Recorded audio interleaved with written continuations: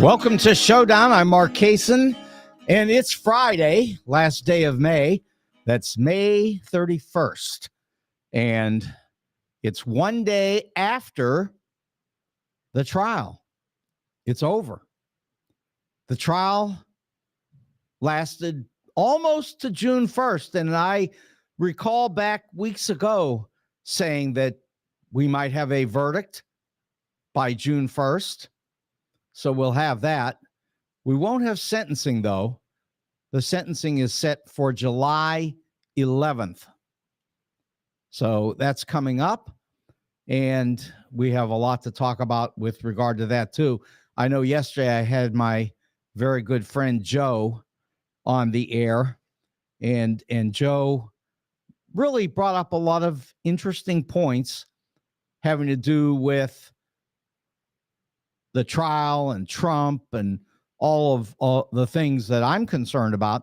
And none of those points had anything to do with what the Republican Party is saying today. I mean, Joe's point yesterday was civilization has problems.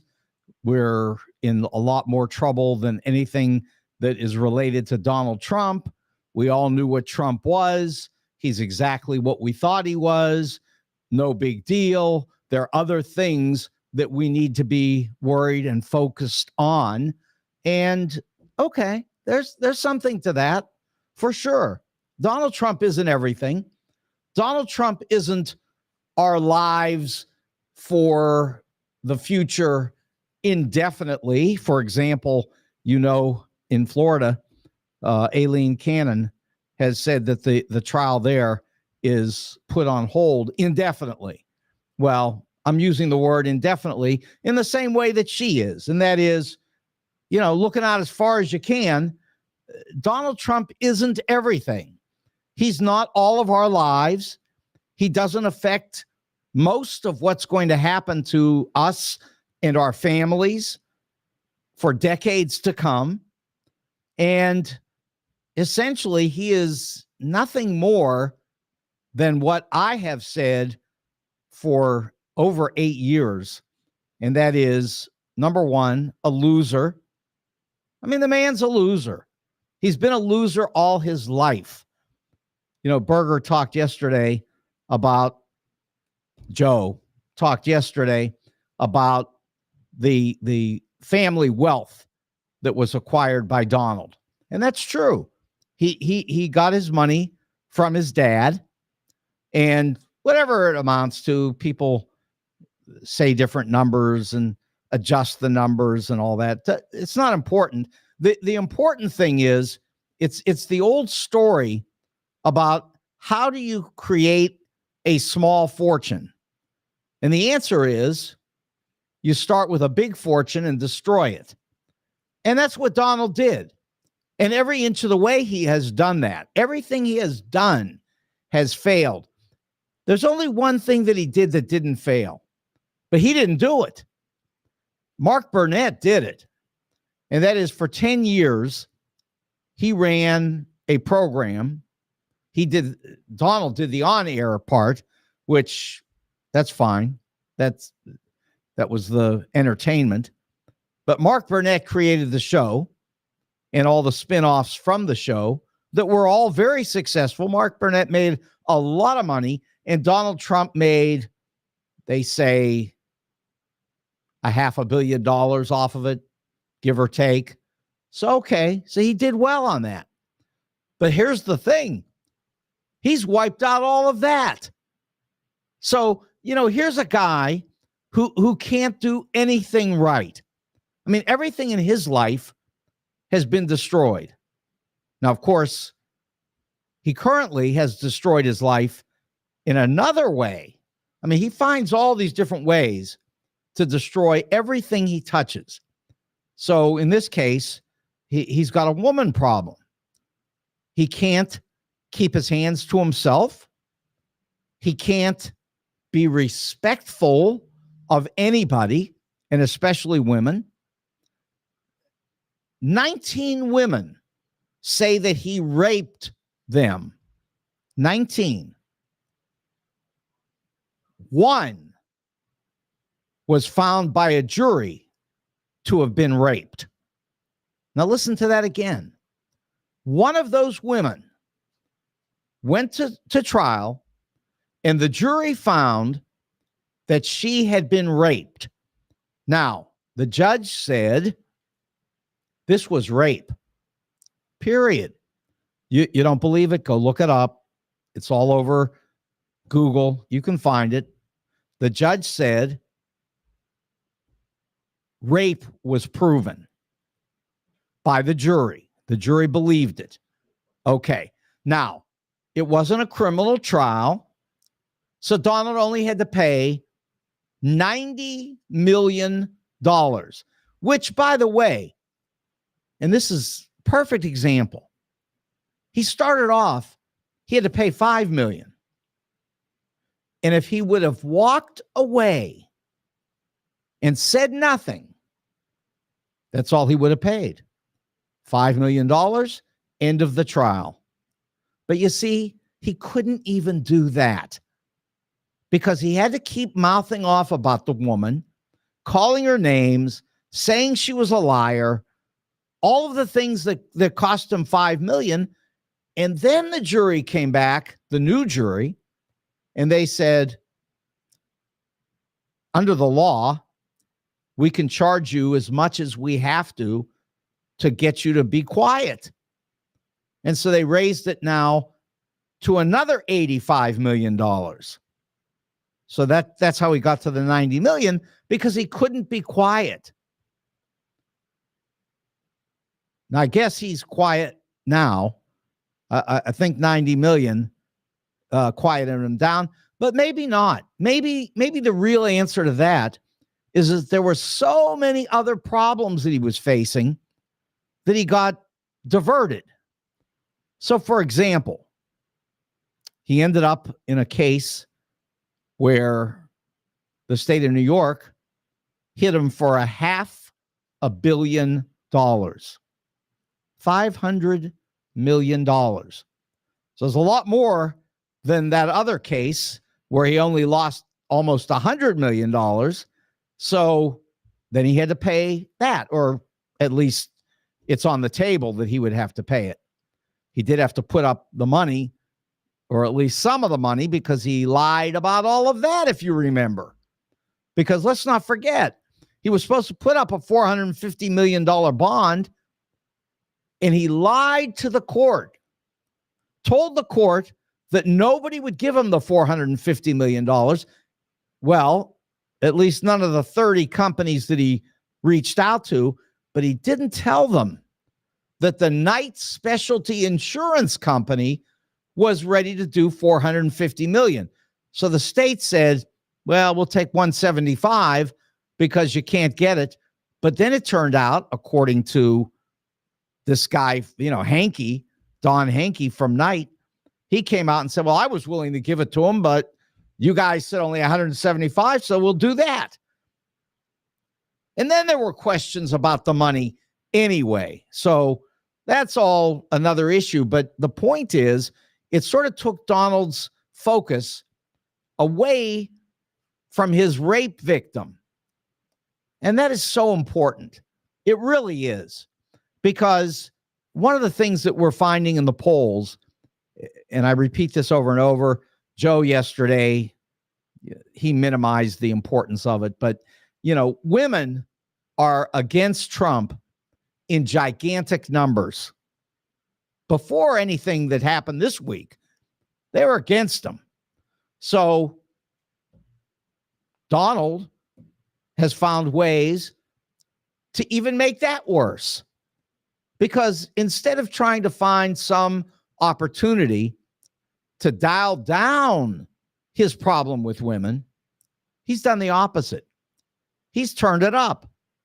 Because anybody who tells the women of the United States of America in 2024 that they might not get contraception, like I've said before, I don't care what you think. We could all be against contraception. Could be. But here's the thing. If you tell women that you're against it, as Donald has, you got a problem. He wants to specifically cut it back for poor people, poor women. If you're a poor woman, you can't get contraception. I'm just saying, is that the way to encourage women to vote for you? I mean, I doubt it, but that's certainly what Donald has done, because he just finds ways to destroy himself everywhere he turns. So let's move on to the trial. So Donald ends up in a trial where people say, this is not even a significant problem.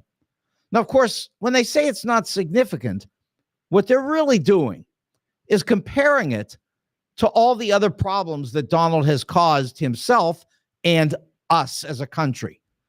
For example, in Washington, D.C.,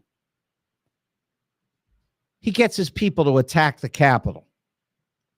They attack the Capitol, they bust it up, they break windows, they knock down doors. Joe yesterday said that there wasn't enough protection. They didn't have the support to stop those people who were doing this. Well, who was in charge? Who could have gotten that support to the Capitol? And the answer, of course, is the President of the United States. He could have stood up.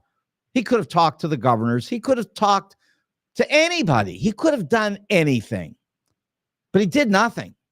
In fact, the story that's told by his people in the White House is that he stood in front of the television set laughing. So you wonder why he's in trouble. But here's the point.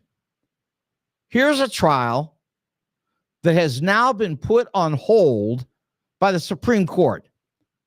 Now, there was a lower court decision that said that no president has immunity from all prosecution because everybody has got to be held responsible under the law. So Donald does not have immunity, according to the D.C. court, which is the second highest court in the country. And every expert says that that court produced a brilliant explanation in their case, in their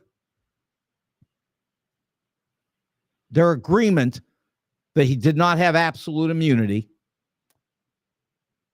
And what they did is they set the stage for the Supreme Court to come in and do several things.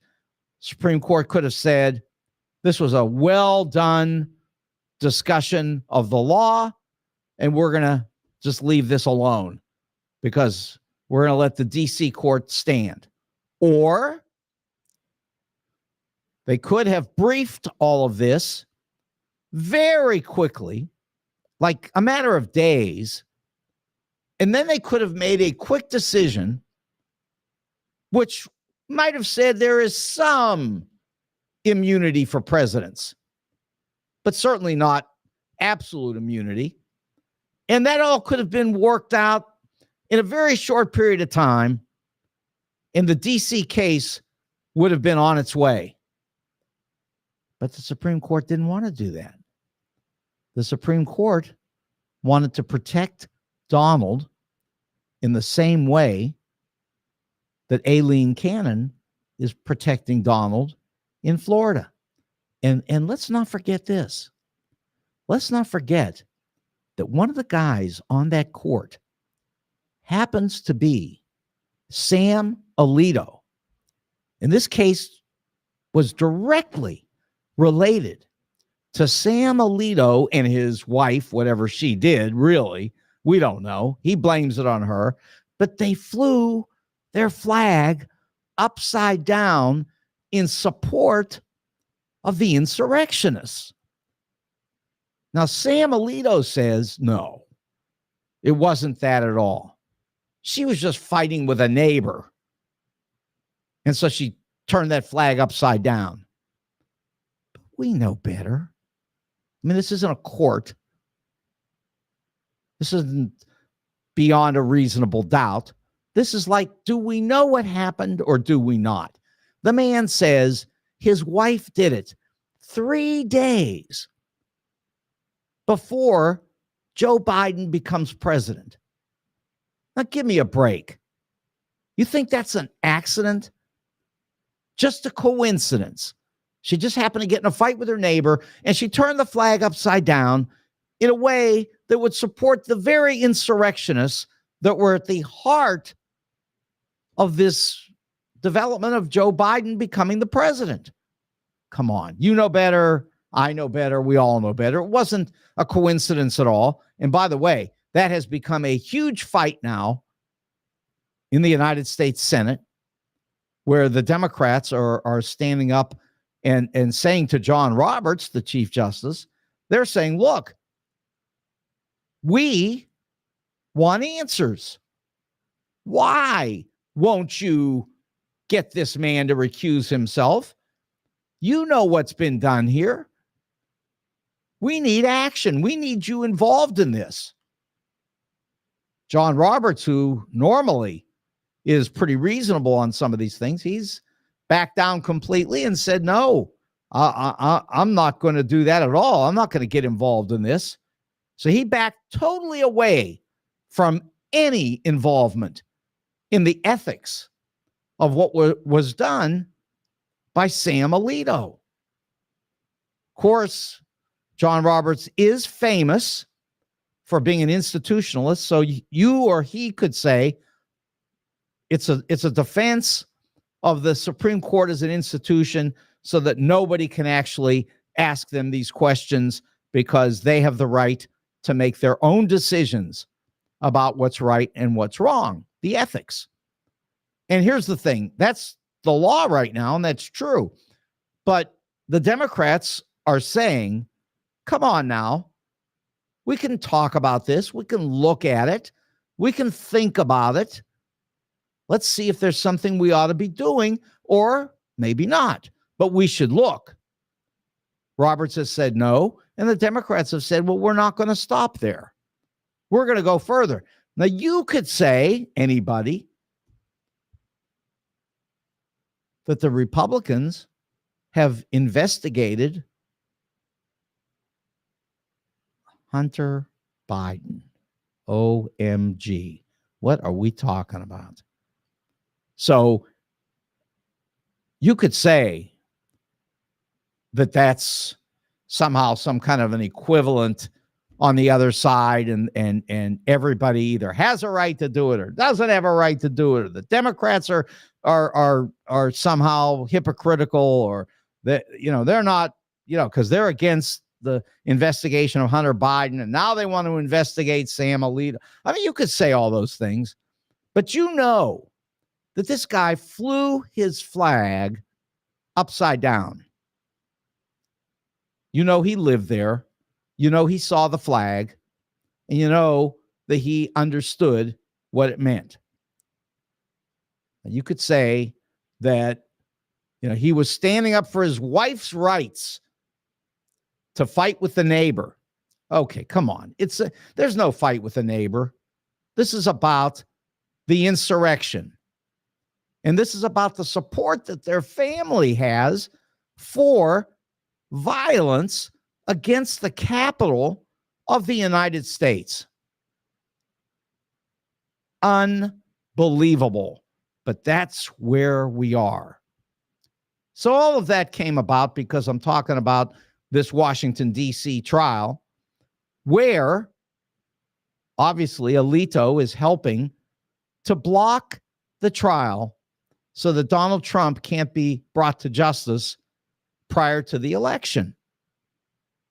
So there's one. Now, Judge Chutkan is ready to take this case forward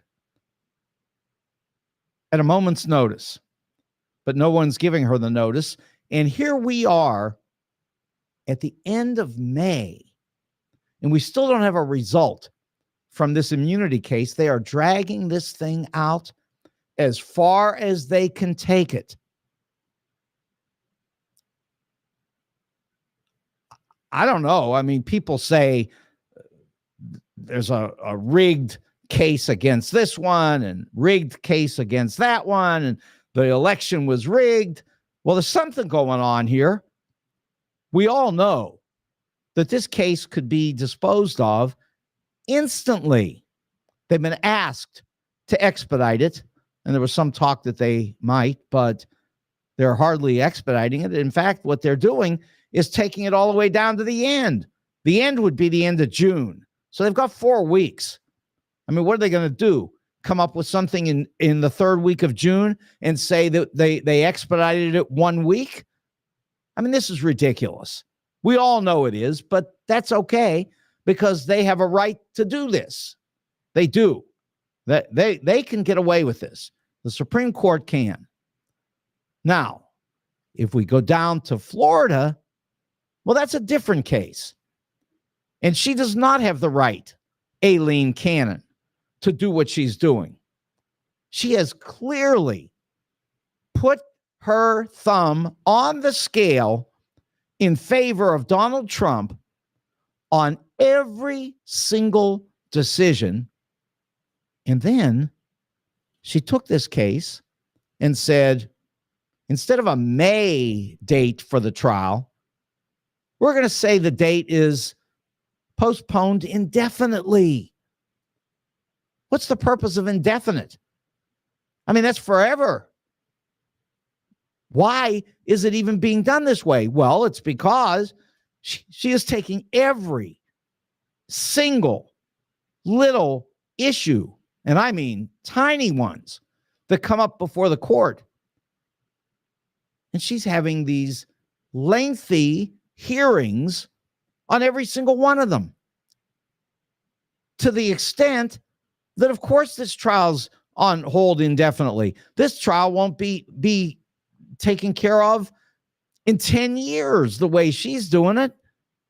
She doesn't want it to be. She's doing this for Donald. Jack Smith knows that. At some point, Jack Smith's going to do something about it. He's going to go back to the 11th Circuit, which he's already done twice. And he's going to say, you know, this is the third time. We need to get her off this case. Apparently, Jack Smith is waiting for his best opportunity. He wants to be sure that when he goes in for the third time, that he gets the same result that he got on the other two. Because the other two, this lady was, and they've used this word every time, excoriated by the 11th Circuit. They've kicked her butt from here to the moon every single time and said, lady, you can't do this. Now, Jack Smith's waiting for his third chance, and he might have also been waiting for the case to be over in New York. Might be. I don't know. It's all possible. But he's going to do it. He's going to take his last attempt to get this removed from Aileen Cannon's hands. Because if that happens, this case could go to trial very quickly. And again, what's the case? Oh, it's important.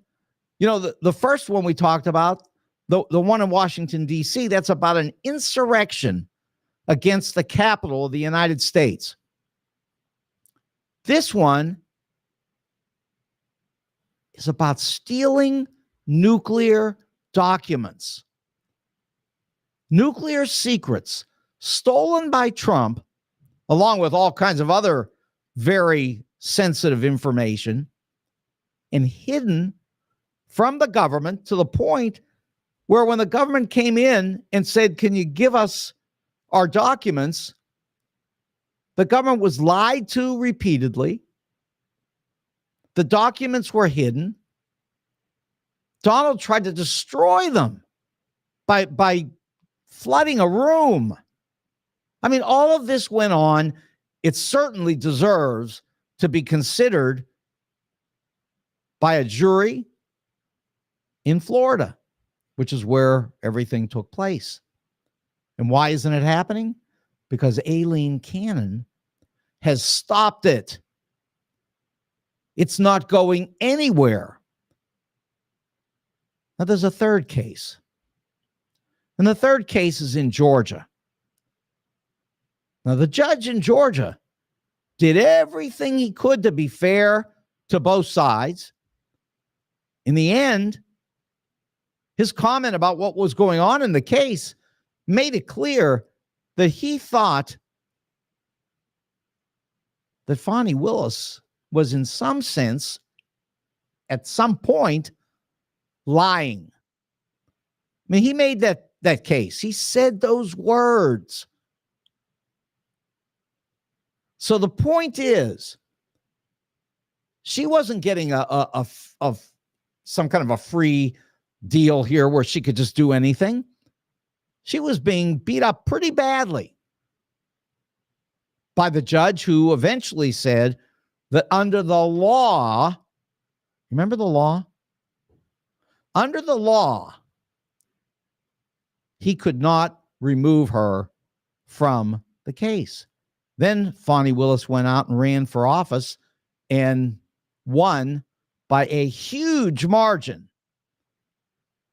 So she isn't disappearing anywhere. She's still got that DA's position, and she's going to retain it. So some people are doing everything they can there.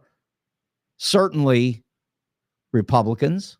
The state of Georgia has done all that they can to block her from pursuing this case. And of course, Donald has put everything on hold even further by appealing. It's what he does. He appeals everything. Well, in this case, not unfairly. I mean, under the rules, he has a right to appeal, and they have a right to hold this up a bit longer. A bit. So the appeal will go through, and they'll look at it, and then they'll tell Fonnie Willis to go run this case and behave herself, and that's going to be the end of it. But it's going to be a while longer, and it probably will drag this well beyond the election, although knowing Fonnie Willis, and I've heard what she has to say, that she intends to push this forward as quickly as she possibly can if given the green light. But so far, no green light. And is the case in Georgia, is it consequential? Well, I would say so, because here Donald Trump is being accused of trying to fake the electors. He was accused of trying to convince the Secretary of State on a phone call that we have all heard to make up numbers that would allow Donald to have won the election. He was trying to rig it. We heard him. We heard him do it on the telephone, on tape. So he tried to rig it. But Raffensperger, Secretary of State, would not go along. And that was the end of that. And Donald lost Georgia by 11,900, whatever it was, votes. And here we are trying to figure out how to hold this guy accountable for unbelievable election fraud. So there's another case. So you got three cases out there that have not been moved forward. They're not being litigated at all right now because they're all on hold, one way or another. Everything's on hold. But here's the problem. The problem is Manhattan. So we'll talk about Manhattan in a minute. Let's sell some things. Let's get some dinner tonight. First of all, Wendy's is a great place to eat. And it's funny because I talked again with Berger the same way I did with Ray Hartman after we got off the air. And Berger is definitely anxious to go have dinner at Wendy's. Wendy's is at 18,000 Chesterfield Airport Road, and they have great food. They got wings, and I found out last night that even Berger likes wings. I'm not a wing guy, but burger is. They have smoked meats. They have great hamburgers, cheeseburgers, patty melts, pizza, lots of great food, salads. I can tell you right now, I love baby back ribs. That's my choice. I love them. And I also love onion rings, and they've got great onion rings as well at Wendy's. So what you have to do is really simple. Just hop in your car and go to 18,000 Chesterfield Airport Road and order at Wendy's, and you will not be sorry. I promise. And also, if you want to get some Wendy's out in Defiance, you can do that as well. So you can eat it at Wendy's in Chesterfield and then just save some room, then hop in the car and drive out to Defiance, and then you can eat again. So you can get twice the Wendy's on any given night. Anyway, they're great in Defiance, just like they are in Chesterfield. Go check out Ben at Wendy's. Now, if you're looking for jewelry, we can tell you for sure the best jewelry store in St. Louis, you've got to go to Jewels on Hampton. And that's a 4506 Hampton. And I've said before, they buy and sell coins and jewelry. Good prices because Al, the owner, is not playing with people. He's going to protect people. He wants to get you a fair price. You go meet him. Go find out. 4506 Hampton, he's excellent. He's honest. He's friendly. So you can do that. Now, if you want jewelry designed for you, they can do that. They can do that on their own in creative ways because they're very creative designers, or they can do it your way, whatever you want. You may be a creative designer as well, and they'll take care of that for you. So the bottom line is Jewels on Hampton, 4506 Hampton, and they will fix your watches. Got an old valuable watch? They'll fix it. They're really good at it, and they are great people, great jewelers. Jewels on Hampton. Now, finally, I'm going to take you to Clayton, where the St. Louis Suit Company is just one of the greatest places to buy a suit, to buy new clothes. We talked last night about men's clothing and how men, for whatever reason, have sort of given up on suits even. And now their big thing is sport coats. And sport coats and whatever they wear for pants and, could be all kinds of things, could be jeans. Definitely, it could be Chucks like I wear for shoes or other kinds of tennis shoe looking shoes, which are all in style and very fashionable. And they can even accommodate you with that at the St. Louis Suit Company in Clayton. Again, it's at Forsyth and Central. They can sell you overcoats for the winter at great prices. They can sell you straw hats for the summer. It's a great store. And if you're either going to a wedding or planning to get married, St. Louis Suit Company is the place to go because they are tops when it comes to weddings. They're famous for that. And the St. Louis Suit Company in Clayton has been there for 29 years. That's not an accident. So check them out. Jay and Nick and the family, they're all there at the St. Louis Suit Company. Okay. So let's go to Manhattan. So in the first place, it's hard to even know where to start because there's so much here that was absolutely absurd. But I think I'm going to start with the fact that Donald does not know how to behave himself. And he really doesn't. He's out of control. People say unhinged. I think that's appropriate. I think it's very accurate.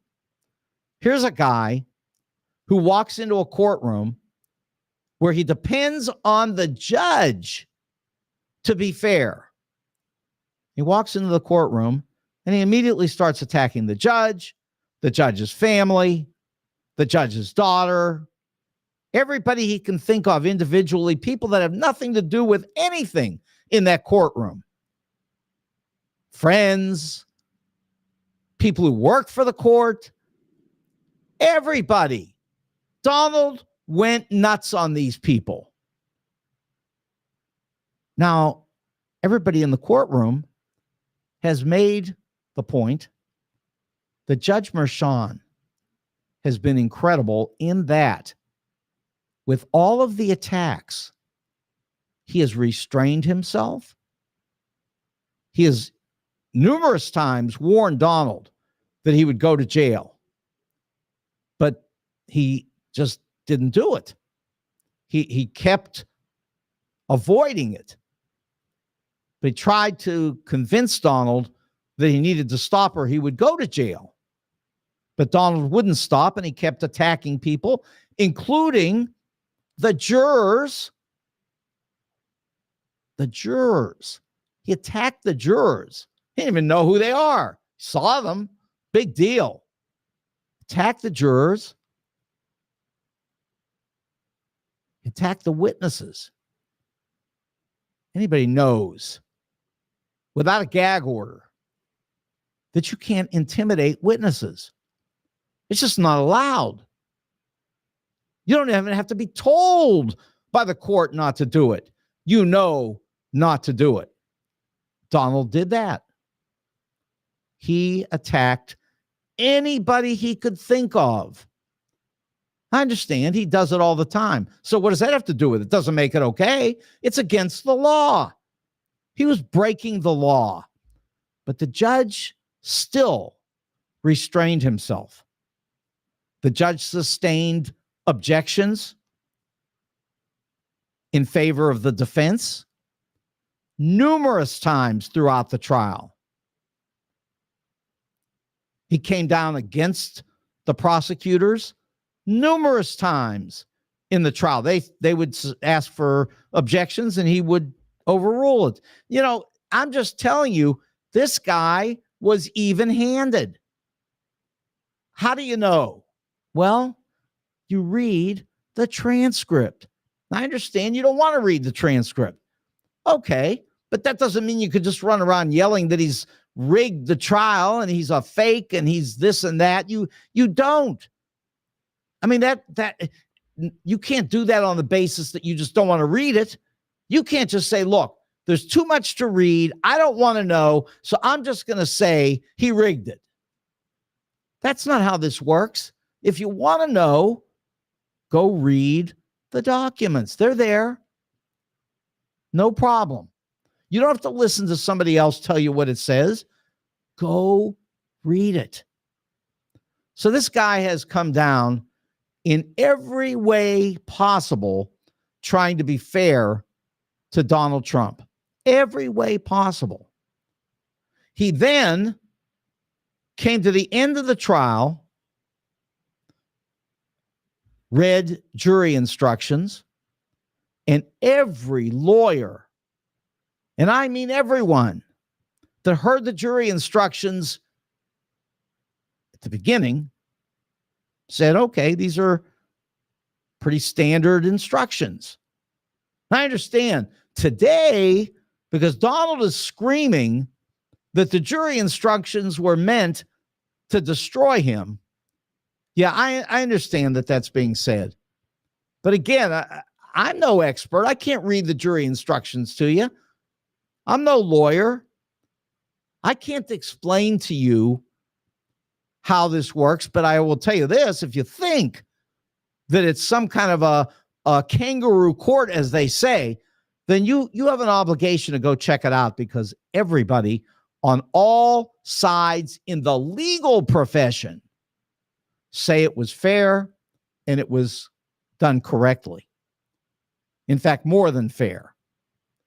The problem is, with Donald out here screaming that this was all rigged against him and that the instructions were set up so that the jury had no choice but to convict him, well, of course, if you believe that, then you're going to believe something which you have absolutely no basis for believing.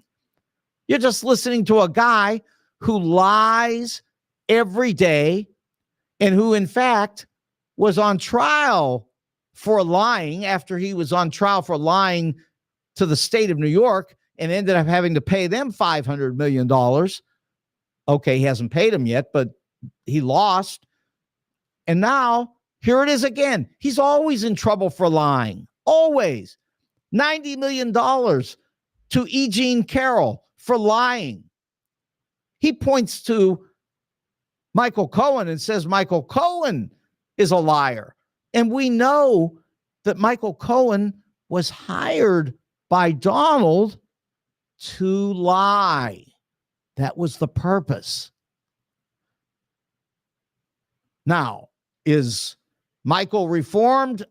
I don't know. And nobody does. You don't know what's in that man's head. But in this trial, everything that Michael Cohen said was corroborated in two ways. First, by documents, and then by Donald's friends. We know that David Pecker corroborated everything from Michael Cohen. We know that Hope Hicks did it as well. And Hope Hicks was so emotional by the whole situation that she broke down crying in the courtroom because she didn't want to tell what she knew about Donald. She didn't want to say it, but she said it because she was under oath. She didn't want to lie. That's what we do in our courtrooms. We don't lie. We tell the truth. Even if we don't want to, we tell the truth. And they did. Now, did Michael tell the truth? Well, according to Hicks and Pecker and other people that were brought to testify, Michael told the truth. But of course, the defense says that Michael was lying. Also, there were documents that show that Michael was telling the truth because everything in the documents was exactly as Michael described it. So, yeah, you could say Michael's a liar, but it doesn't mean that every word he ever said was a lie, and it doesn't mean that what was said in this court case was a lie because the people on Donald's side corroborated Michael Cohen. It's that simple. They just did. They made it clear that Michael Cohen, in this case, was telling the truth. And the jury believed it. And they believed it beyond a reasonable doubt. These weren't people that were picked up out of the Communist Party to be on the jury. These were people who were picked by both sides. Donald Trump's people had choices, and the prosecution had choices. People that they could throw off, people they could accept. Now, they had choices. So all I'm saying is this. If they had found one person that was reasonable and fair, one, because they had the decisions, they could make the decisions. I'm not saying they could get 12, but they could have gotten one. All they had to do is get one person to listen to that information and to say, this case was rigged. This man is not guilty. And it would have been a hung jury, and it would have been the end of the problem for Donald Trump. But with all of their ability to pick, I'm saying a juror, they actually had more than one that they could pick. But let's say they could only get one that would have been a mistrial, and Donald Trump would have walked away and said, I win.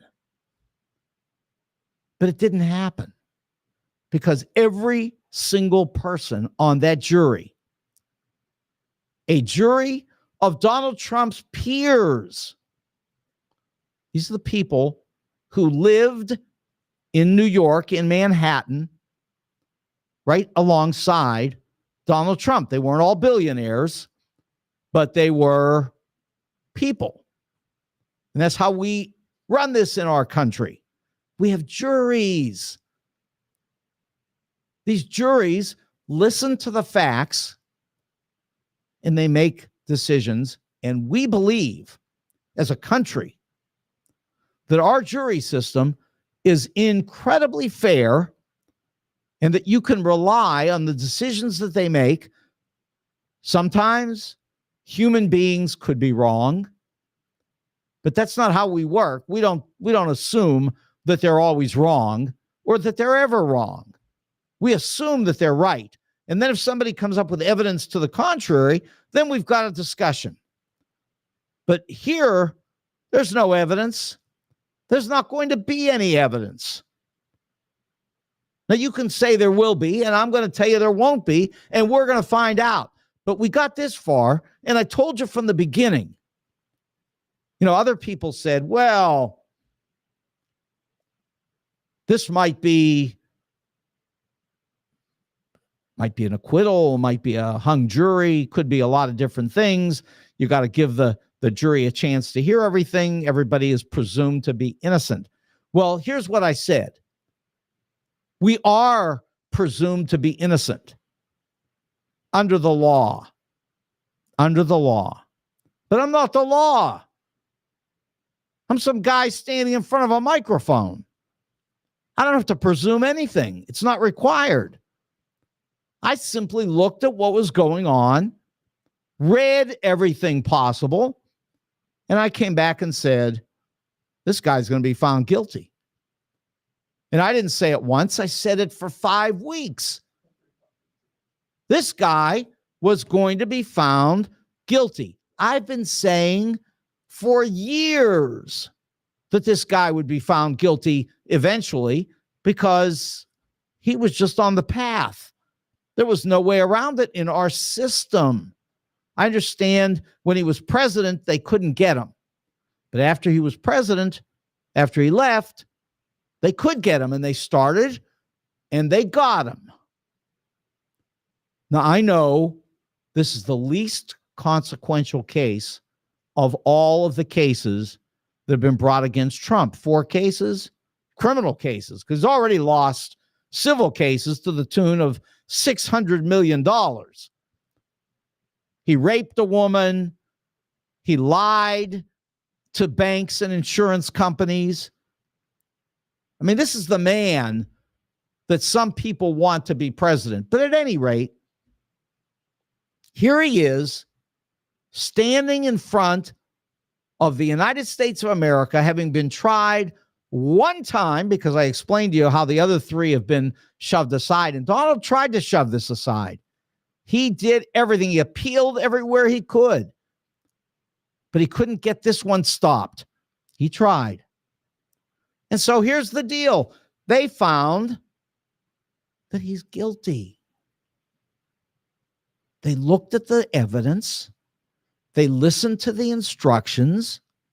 And they said, the man is guilty. In the United States, when a jury of your peers says you're guilty, you're guilty.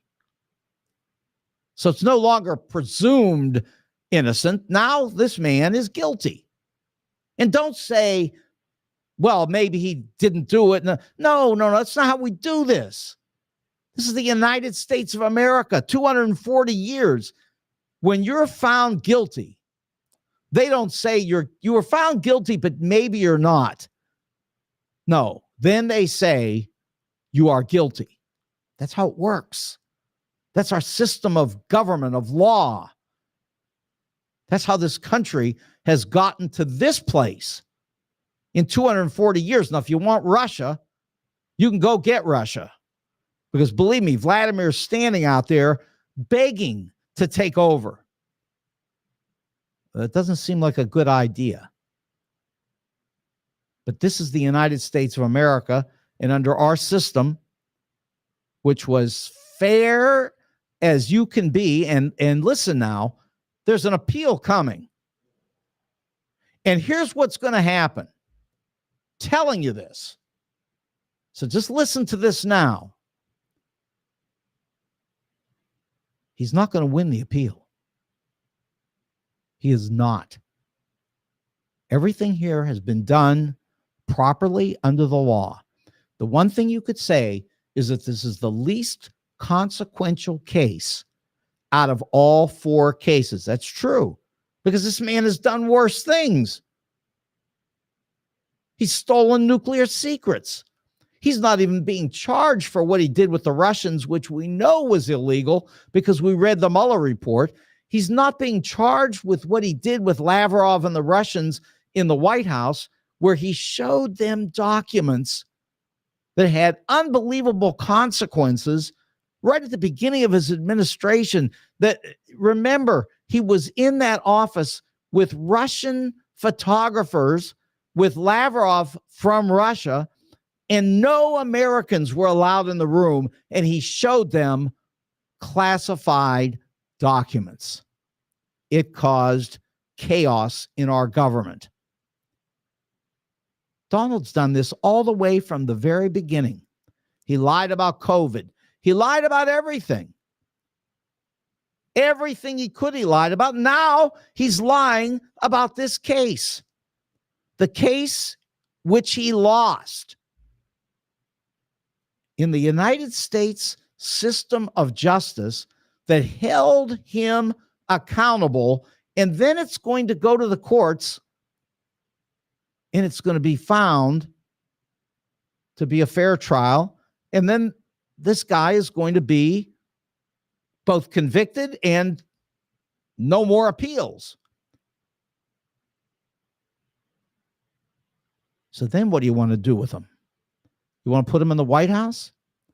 You want to give him another chance to tear down NATO? You realize the trouble that we've got in Ukraine because of Donald Trump and Michael Johnson, who is running around right now screaming like all these other obsequious fools, Republicans all, major leaders in our country, saying that Donald Trump has been railroaded by a kangaroo court. It's not true.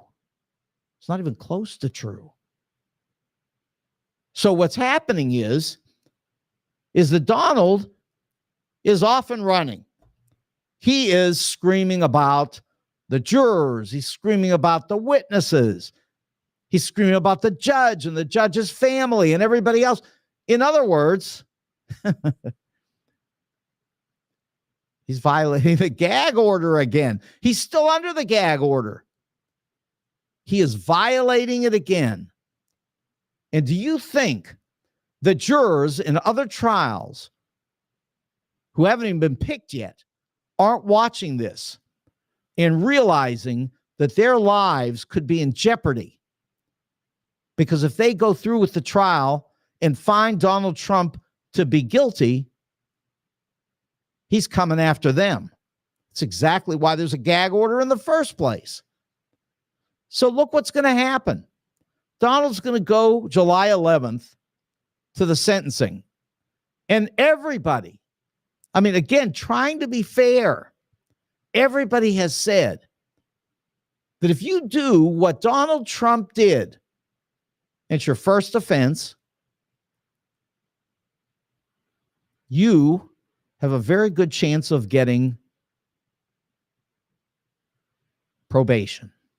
You got a chance, probably a good chance. Here's the problem. You're not supposed to be violating any more laws. You're not supposed to be doing the same thing that you've already done, which is lying about everything. And you certainly are not supposed to be violating the gag order in the court. What you're supposed to do is this. You're supposed to go into the courtroom, which Michael Cohen did. And I don't care if you think he was lying, but it doesn't matter. You go into the courtroom and you say, I'm sorry. I shouldn't have done all of this. And I promise you, if you put me on probation, I will never do this again. I will never break the law again. I will be a completely honorable citizen, and you will not have to worry about me once, because I am done with this. I am so sorry. I shouldn't have done any of it. And I just have to tell you over and over how sorry I am that I put the state of New York, that the city of Manhattan, the whole country through this mess. I really am sorry. He would get probation. Simple as that. There's no doubt about it. This man would be headed for probation. Here's the problem. He's doing the opposite. He is in there swatting at a hornet's nest. And those hornets are coming to get him. Believe me, they're going to sting the heck out of him. They're not playing. This is not a game. This is the American system of justice. And if you do this, you are violating the law. The prosecutors are going to come in and ask for jail time. And Judge Merchan is going to watch this guy violating the gag order, and he's going to go berserk. But he's not going to do it in a crazy way. He's going to do it in a very measured way, and he's going to put Donald in jail, which is what I've said all along. Donald's going to jail. He's going to go to jail for at least a couple of years or even a year. He's going to jail. He is going to be behind bars. There's some argument that he shouldn't be in jail less than Michael Cohen. So that's 3 years for this guy. But look, he's going to jail. I'm just telling you, unless the governor of New York pardons him. And that isn't going to happen when Donald is screaming his guts out and violating every order of the court that's possible and breaking the law. He is breaking the law now, right now. I haven't even spent a minute talking about his horrible words that he's now using again against immigrants. Why is he doing that? Well, you know why he's doing that. Because he wants to divert your attention from the fact that he is now a felon. This man has been convicted of 34 felony charges. And you can say, well, it's really only one. Okay, then it's one. That's enough. One felony charge, you go to jail. He's got 34. He'd go to jail for 136 years. But they won't. They'll give him a year or two. And that should be enough. But what he's doing right now in his attacks against immigrants, I mean, it's just what he always does. It's always somebody else. It's never him. He's done everything. He's in trouble for everything. He's the victim. Everybody has victimized Donald. Donald has done none of this. It's all somebody else. It's everybody else is a liar. E. Jean Carroll's a liar. Michael Cohen's a liar. The courts are all liars. Everybody's a liar. Donald, perfect.